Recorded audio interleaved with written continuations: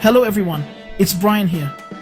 Today, we're diving into a world of financial loopholes and creative accounting that would make even the most seasoned CPA blush.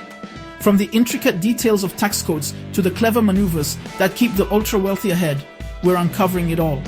We're talking, of course, about the wonderful world of tax avoidance strategies employed by the ultra-wealthy. These strategies allow them to maintain their luxurious lifestyles while paying surprisingly little in taxes. Now, before you grab your pitchforks and tiki torches, let's be clear, we're not here to demonize anyone for playing the game. It's important to understand the rules and how they're being used. But as we all know, the game is rigged. The tax system is complex and often benefits those who can afford the best advisors and accountants. And understanding how the 0.01% manages to pay a lower effective tax rate than their gardeners is a crucial step in demanding a fairer system for everyone. It's a stark contrast that highlights the inequalities in our current system. So buckle up, because we're about to embark on a wild ride through the fascinating, infuriating, and often absurd world of legal tax hacks used by the super rich. We'll explore the loopholes, the strategies, and the impact they have on society. Make sure to like and subscribe for more insightful content. Stay tuned as we unravel the mysteries of the tax world and bring you more eye-opening stories. Picture this: turquoise waters, pristine beaches, the kind of scenery that makes you want to kick back and relax. But instead of a beach towel, imagine a stack of shell corporations so tall it casts a shadow over your beach umbrella. These aren't just any documents. They're the keys to a hidden financial world.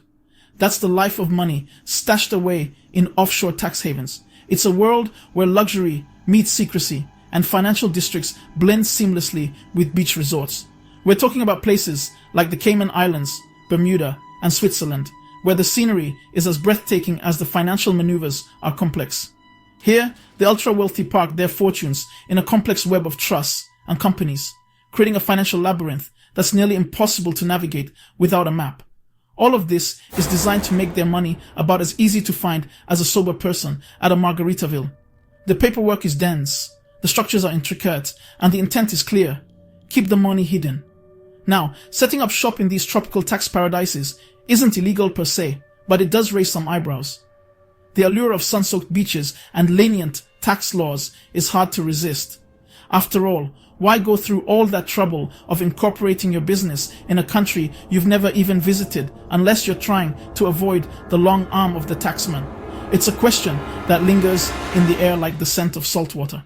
The taxman, ever vigilant, is like a detective piecing together clues. And when he sees red flags, he knows something's up.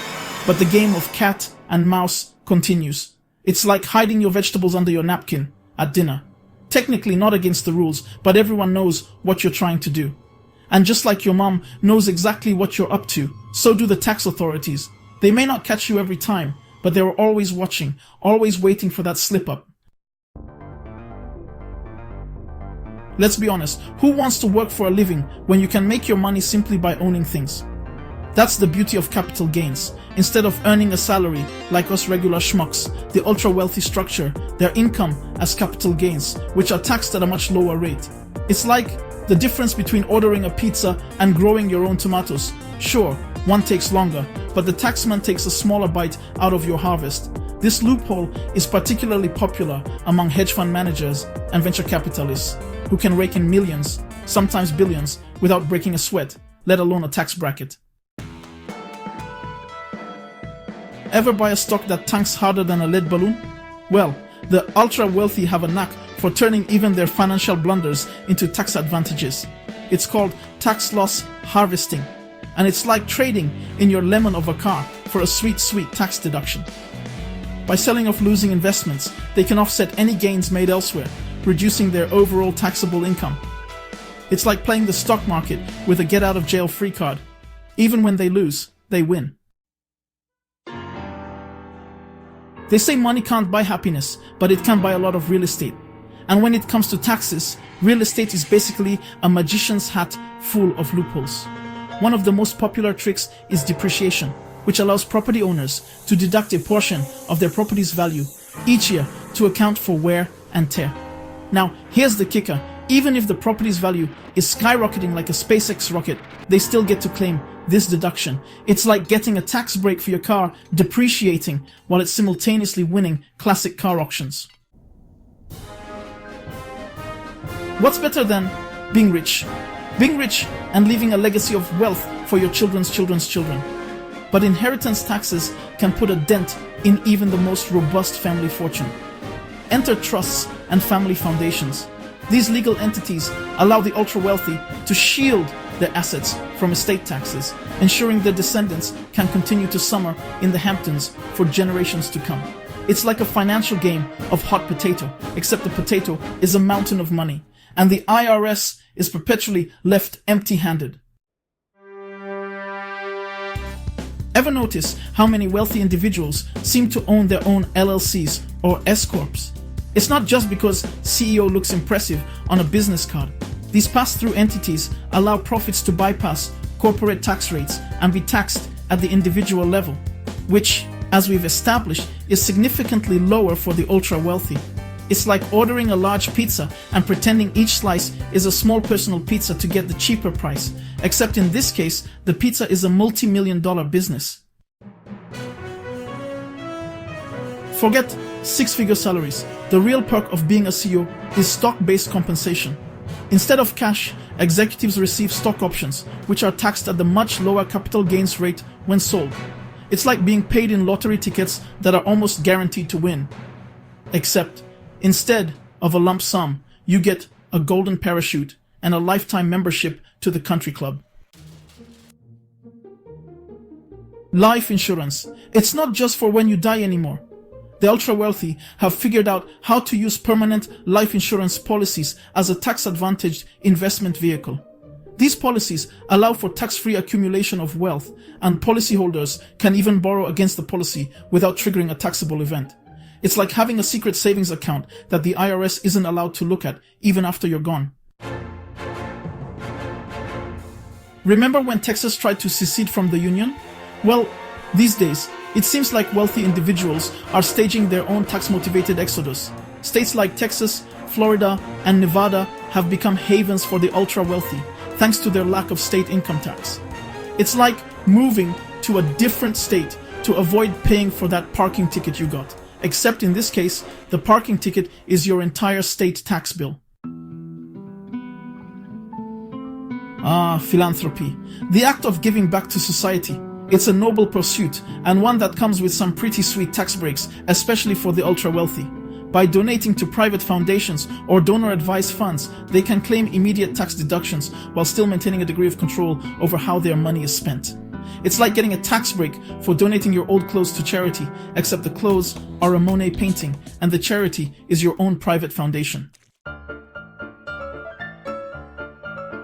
So, there you have it. A glimpse into the complex and often controversial world of legal tax avoidance strategies used by the ultra-wealthy.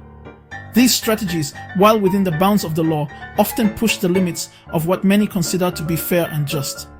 They involve intricate financial maneuvers, offshore accounts, and a deep understanding of the tax code that most ordinary citizens simply do not have access to.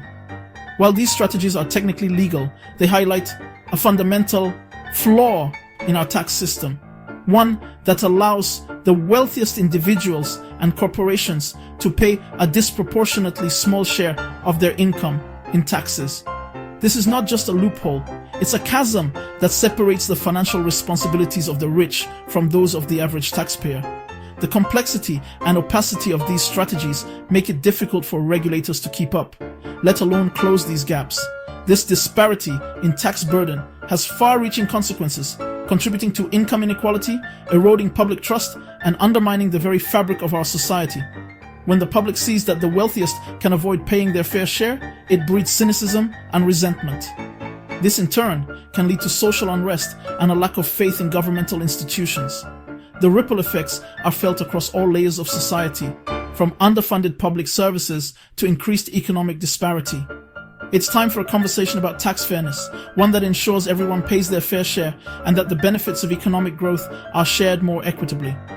This conversation needs to include not just policymakers and economists, but also the voices of ordinary citizens who are most affected by these policies.